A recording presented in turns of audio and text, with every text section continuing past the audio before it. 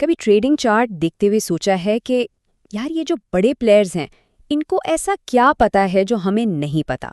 अगर ये सवाल जहन में आता है तो ये सेशन बिल्कुल इसी के लिए है, क्योंकि ये एक सवाल कि स्मार्ट मनी आखिर कर क्या रही है, यही असल में एक तुक्के और एक सोचे समझे ट्रेडिंग फैसले के बीच का फर्क होता है।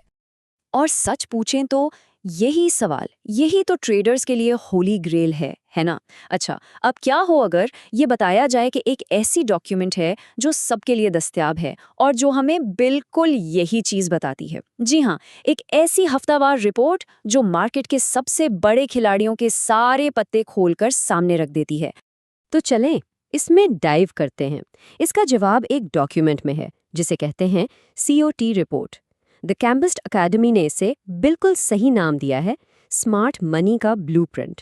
और सच में ये बिल्कुल वही चीज़ है। ये हमारी गाइड है जो हमें उनके अगले मूव का अंदाज़ा लगाने में मदद करती है। लेकिन देखें, हर पावरफुल टूल की तरह पहले हमें ये समझना पड़ता है कि ये काम कैसे करता है, ठीक है? तो इस ब्लूप्रिंट को डिकोड करने से पहले आएं जरा इसकी बुनियाद को देखते हैं। आखिर ये COT रिपोर्ट है क्या चीज़? बिल्कुल सीधे अल्फाज में COT रिपोर्ट हर हफ्ते US commodity futures trading commission यानी CFTC जारी करती है।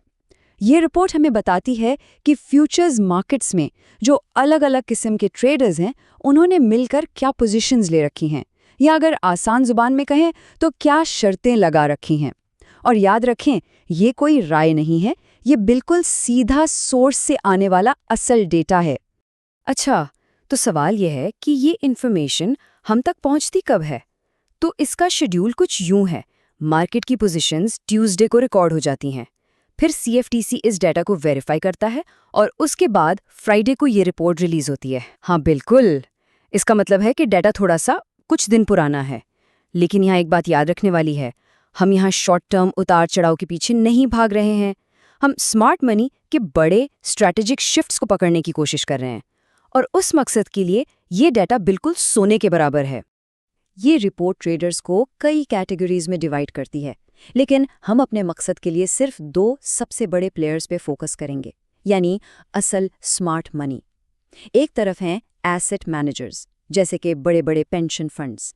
ये लोग लंबी मुद्दत का सोचते हैं, बिल्कुल स्ट्रेटेजिक।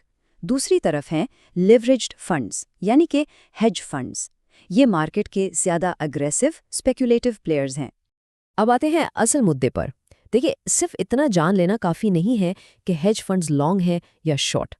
असल एज, असल फ़ायदा इस चीज़ को पहचानने में है जब उनकी पोजीशंस एक्सट्रीम हो जाती हैं, जब वो आप कह सकते हैं कि ऑल इन चले जाते हैं।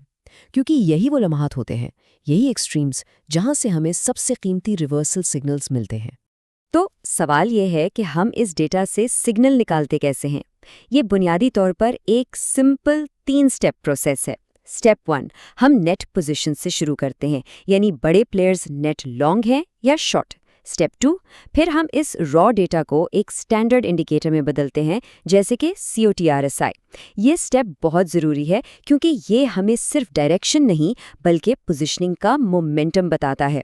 और आखिर में स्टेप 3, हम एक्सट्रीम्स को ढूंढते हैं, वो पॉइंट्स जब इंडिकेटर या तो 100 की छत को छूता है या फिर 0 के फर्श पर गिर जाता है।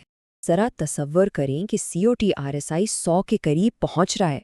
ये एक ज़ोरदार अलार्म बेल की तरह है। इसका सीधा सा मतलब ये है कि स्मार्ट मनी हद से ज़्यादा लॉन्ग हो चुकी है। मार्केट में हर तरफ जोश है और जिसने खरीदना था वो खरीद चुका है।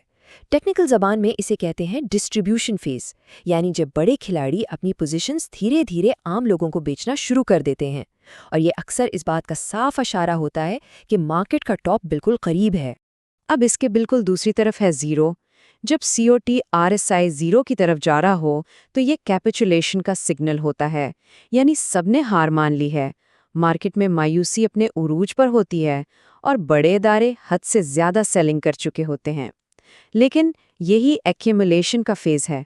जब सब लोग डर के मारे बेच रहे होते हैं, तब स्मार्ट मनी चुपके से मार्केट में आती है और सस्ती कीमतों पर माल जमा करना शुरू कर देती है। ये बिल्कुल वही क्लासिक मिसाल है कि जब सब डर रहे हों तब खरीदो। थ्योरी तो ठीक है अपनी जगह, लेकिन असल बात तो प्रैक्टिकल में है ना? तो आएं अब इस सब को एक रियल वर्ल्ड केस स्टडी के जरिए देखते हैं। हम देखेंगे कि ये डेटा पॉइंट्स जब दुनिया के इवेंट्स के साथ मिलते हैं तो कैसे एक इंतहाई पावरफुल ट्रेडिंग सिग्नल बनाते हैं। इस स्नैपशॉट को देखें। यहाँ हमें USD/JPY का COT RSI नज़र आ रहा है 99.2% पर। ये सिर्फ ऊंचा नहीं है, ये बिल्कुल एक्सट्रीम लेवल पर है।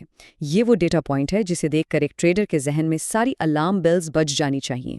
ये साफ साफ इशारा दे रहा है कि इंस्टीट्यूशनल पोजिशनिंग इंतहाई वन साइडेड हो चुकी है और अब एक रिवर्सल का इम्कान बहुत बहुत ज़्यादा है।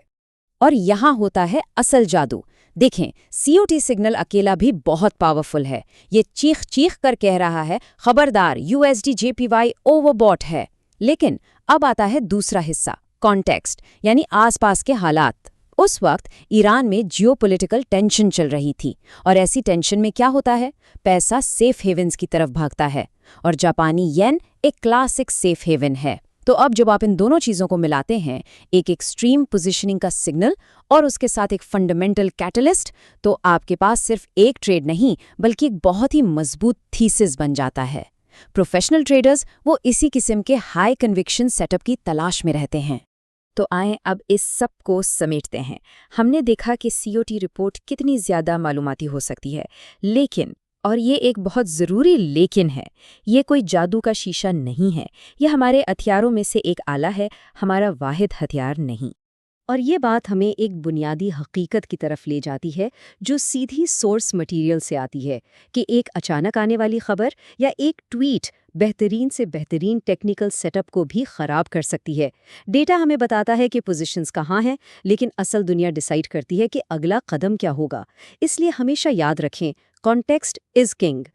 तो सबसे अहम सबक क्या है? COT रिपोर्ट को एक बेहतरीन सेंटिमेंट इंडिकेटर समझा जा सकता है।